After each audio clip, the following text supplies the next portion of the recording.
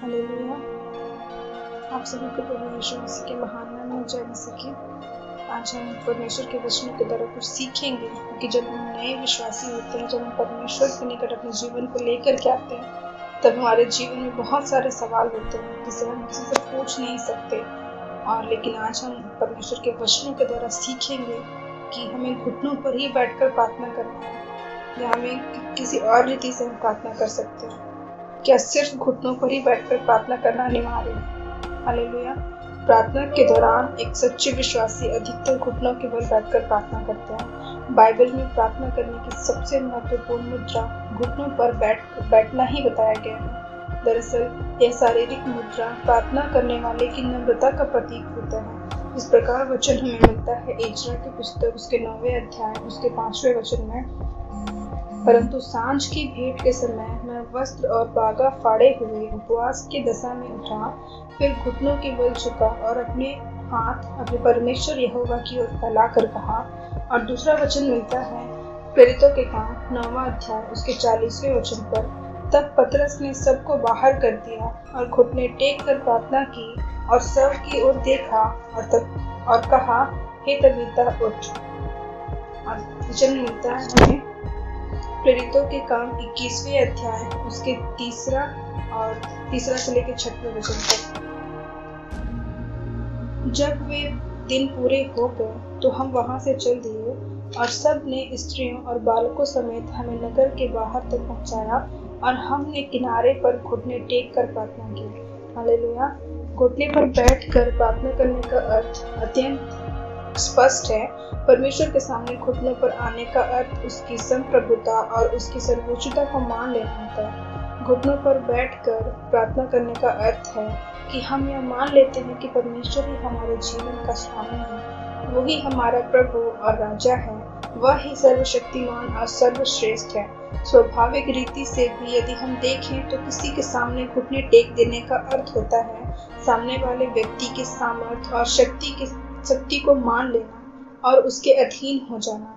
केवल यही कारण है जिसकी वजह से घुटनों के बल बैठकर प्रार्थना किए जाने को महत्व एवं इस पर बल दिया जाता है। उसकी संप्रभुता और अपनी सर्वोच्चता हर एक मनुष्य से मन भावना ही प्रभु का एकमात्र उद्देश्य है। इस प्रकार वचन में मिलता है यशायाह उसके 45वें अध्याय उसके 23वें वचन में, प्रत्येक घुटना मेरे सामने झुकेगा और प्रत्येक के मुख से मेरी ही शपथ खाई जाएगी। हालेलुया।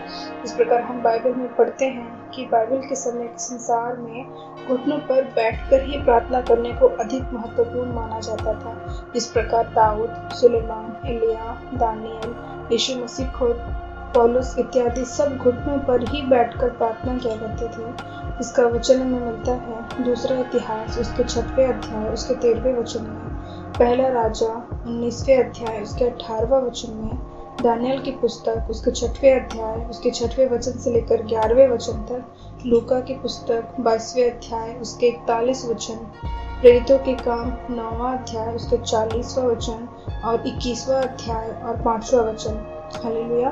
अतः घुटनों पर बैठकर प्रार्थना करना पूर्णतः बाइबलीय है तथा इसमें कोई संदेह नहीं कि हमारा परमेश्वर मांग करता है कि उसके लोग उसके सम्मुख घुटनों पर आए।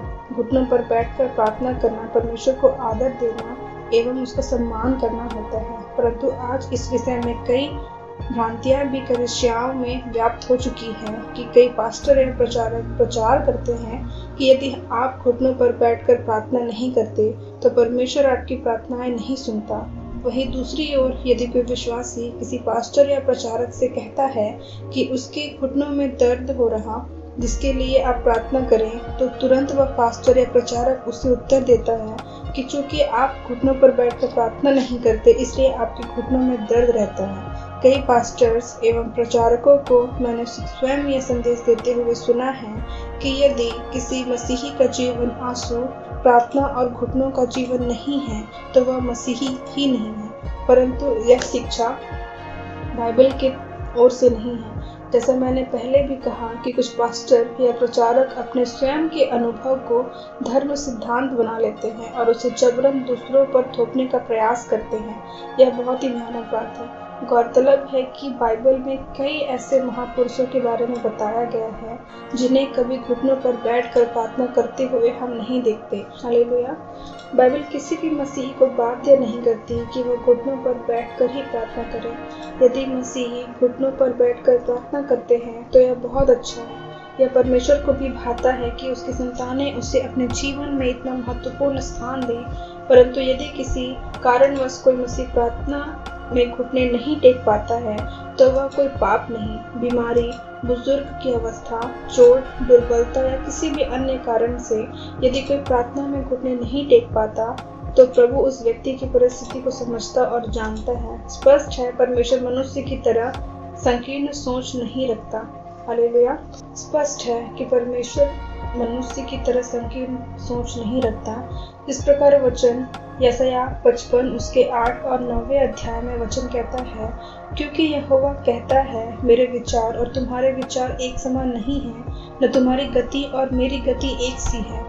क्योंकि मेरी और तुम्हारी गति में और मेरे और तुम्हारे सोच विचारों में आकाश और पृथ्वी का अंतर है। परमेश्वर हर व्यक्ति के मन के विचारों को जांचता और परखता है। अतः हमको चाहिए कि हम बाइबल को सरल बनाने का प्रयास करें, ना कि स्वयं को प्रसन्न करें। इस प्रकार वचन मिलता है रोमियो उसके 15वां अध्याय उसके पहले वचन में, अतः हम बलवानों को चाहिए कि हम निर्बलों की निर्बलताओं को सहें, ना कि अपने आप को प्रसन्न करें। हालेलुया। यदि किसी भी कारण से कोई व्यक्ति प्रार्थना में घुटने टेकने में असहाय है या असमर्थ है तो परमेश्वर उसे उसकी स्थिति में ग्रहण करेगा। बाइबल केवल मसीहियों द्वारा प्रार्थना किए जाने पर बल देती है। कितनी देर, किस समय, किससे या कैसे प्रार्थना की जाए इस पर नहीं। परमेश्वर मसीहियों को इस विषय में पूर्णतः स्वतंत्रता प्रदान करता है। बाइबल में कहीं भी नहीं कहा गया कि हम आंखें बंद करके प्रार्थना करें। हम अपनी सहूलियत के अनुसार आंखें बंद करके प्रार्थना करते हैं ताकि प्रार्थना के दौरान किसी भी कारण से हमारा ध्यान भटके ना। परमेश्वर के दास ओसवाल्ड जे स्मिथ अपनी सहूलियत के अनुसार आंखें खोले हुए अपने घर में इधर उधर घूमते हुए जोर जोर से चिल्लाकर प्रार्थना किया करते थे। दूसरी ओर जब हम किसी दुष्टात्माग्रस्त व्यक्ति के लिए प्रार्थना करते हैं तो हम हमेशा आंखें खोल कर ही प्रार्थना करते हैं। हम अपनी सहूलियत के अनुसार खुली आंखों से भी प्रार्थना कर सकते हैं ताकि दुष्टात्माग्रस्त व्यक्ति किसी भी प्रकार से कोई शारीरिक क्षति हमें ना पहुंचा सके। सहूलियत के आधार पर प्रार्थना करने का एक उदाहरण पौलुस द्वारा आत्मा में प्रार्थना करने के लिए दिया गया निर्देश भी है। अतः यदि आप घुटनों पर बैठकर प्रार्थना करते हैं तो यह बहुत अच्छी बात है। परंतु किसी भी कारण से यदि आपके घुटनों पर बैठने में कोई परेशानी है या आप असमर्थ हैं तो न बाइबल और न परमेश्वर आपको दोषी ठहराते हैं। आप सभी को पुनः जय मसीह की।